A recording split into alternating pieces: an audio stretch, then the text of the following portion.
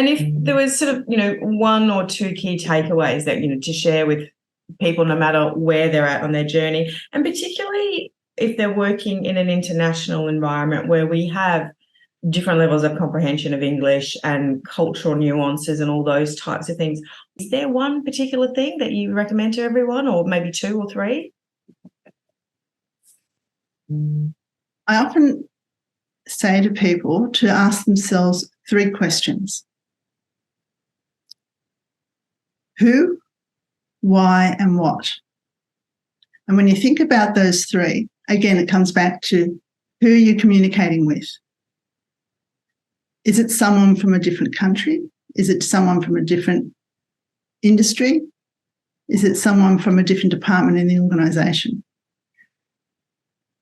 Why are you communicating with them? What is the whole purpose? What is it that you want them to think and do after their interaction with you?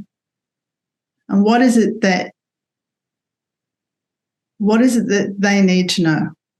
What are the actions that need to happen afterwards?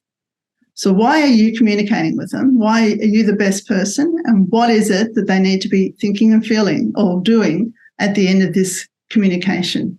And asking yourself these 3 questions each time actually helps you to focus on the key points that you need to be delivering at any point in time.